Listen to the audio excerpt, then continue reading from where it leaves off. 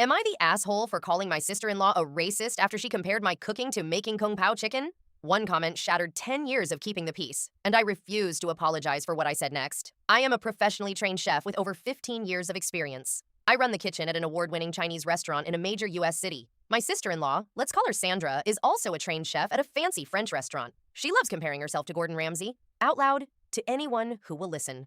For years, Sandra has picked apart everything I do in the kitchen. Every chop, every braise, every marinade. I kept my mouth shut for my wife's sake. But wait, it gets worse.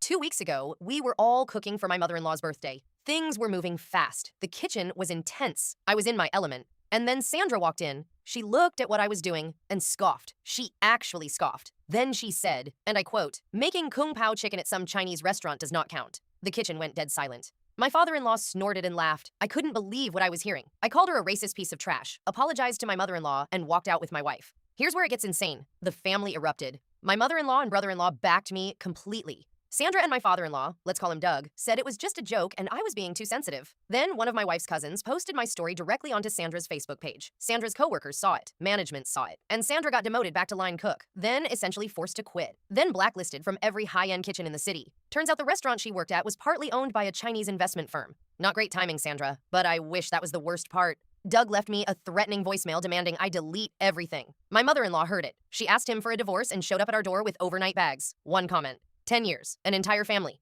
blown apart. Sandra has not apologized. Doug has not apologized. But I still reached out to contacts in other cities to help Sandra find work, because I refuse to become what she is. Comment, not the asshole, or you're the asshole below. Whose side are you on?